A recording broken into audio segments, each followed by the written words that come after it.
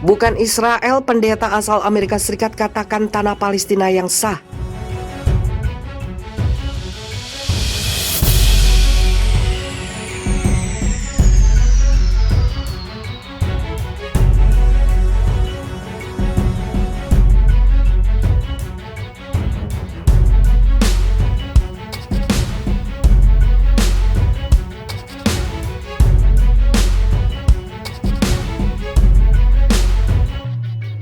Rick Wills, seorang pendeta sayap kanan senior yang berasal dari Amerika Serikat, mengatakan bahwa masyarakat Palestina merupakan pemilik sah dari tanah Palestina yang saat ini dikuasai oleh Israel.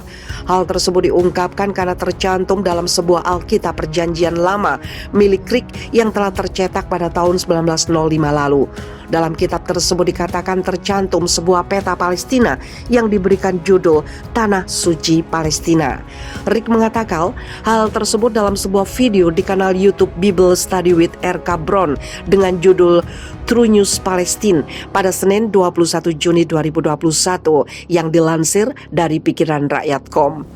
Rick mengungkapkan bahwa terdapat penjelasan di halaman 13 yang menunjukkan sebuah peta milik Palestina.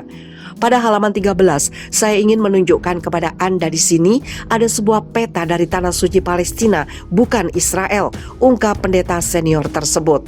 Rick Wills juga mengatakan bahwa mau dari agama manapun, bangsa Palestina adalah pemilik sah dari tanah suci tersebut. Ia pun terlihat membantah sebuah pengakuan dari kelompok Kristen Zionis yang mengatakan bahwa tidak ada negara yang disebut Palestina. Ia mengatakan bahwa dimanapun dalam Alkitab Perjanjian Lama, nama Palestina lah yang ada, bukan nama Israel. Kristen Zionis memberitahu kepada saya bahwa Palestina tidak pernah ada. Di kebanyakan Alkitab pasti ada peta Palestina, dan Palestina ada dalam kitab itu sendiri dalam Perjanjian Lama, ujar Rick. Saya menunjukkan ini kepada Anda karena saya mencoba mengakhiri propaganda, kekacauan, dan kebohongan yang Zionis tanamkan pada jutaan umat Kristen di negara ini, sambungnya.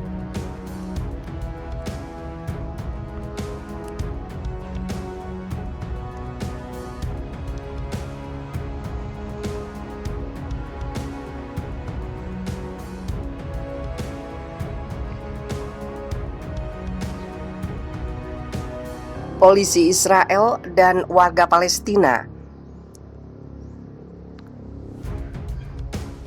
kembali bentrok, sempat lemparkan granat kejut ke rumah warga.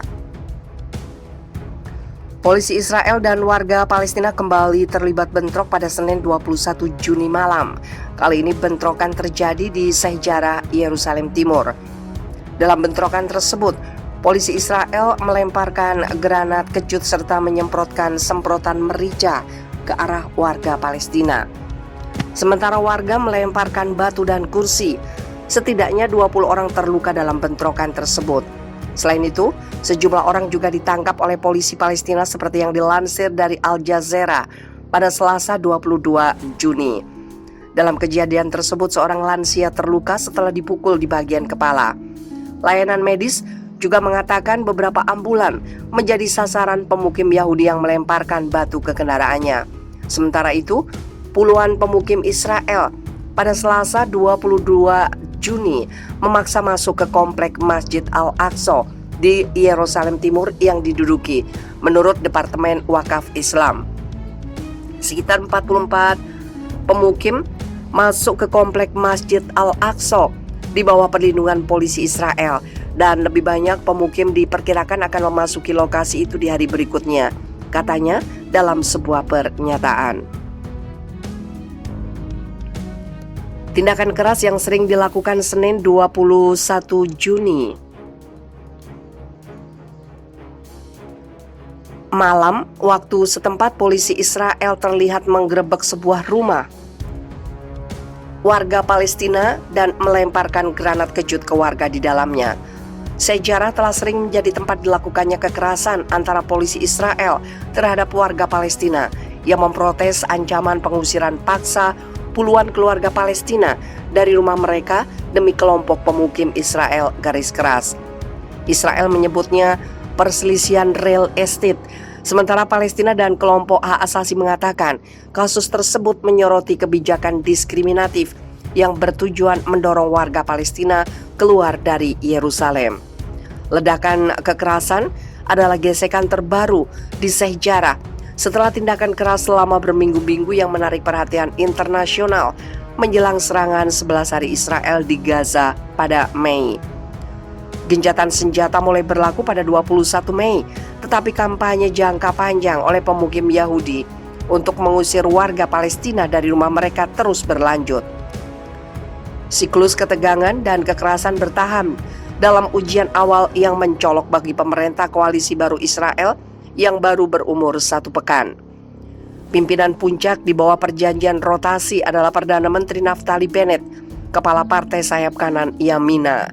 Dalam 2 tahun, dia akan digantikan oleh Yair Lapid, pemimpin sentris Yesh Atid, dan yang memimpin oposisi adalah pemimpin Likud Benyamin Netanyahu, yang digulingkan dari jabatan Perdana Menteri setelah memegang jabatan itu selama 12 tahun.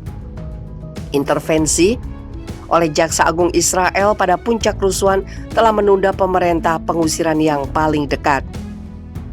Namun kelompok-kelompok hak asasi mengatakan pemindahan paksa itu masih bisa berlanjut dalam beberapa bulan mendatang karena perhatian internasional berkurang berpotensi memicu peperangan lagi.